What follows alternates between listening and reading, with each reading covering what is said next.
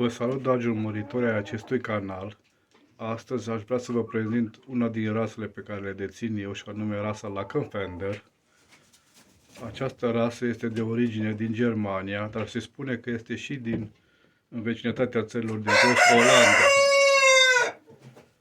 Această rasă a fost înregistrată pentru prima dată în 1727 și ca utilizare a fost creată pentru a depune cât mai multe ouă.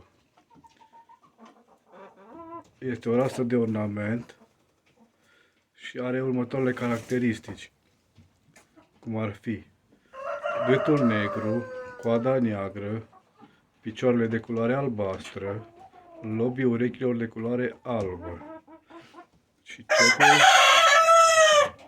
de culoare închisă.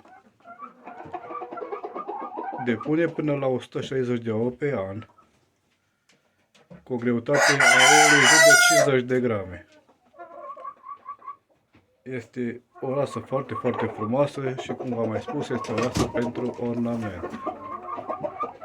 Temperamentul acestei rase este unul foarte activ, sunt niște găini foarte agere, foarte curioase. Instinctul de clocit la aceste găini este foarte slab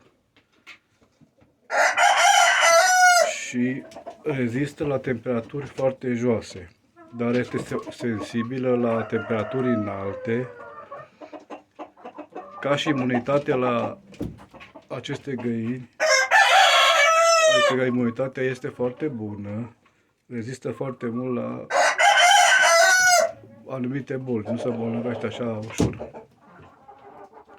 Cam asta este ceea ce am vrut eu să vă spun despre aceste găinițe.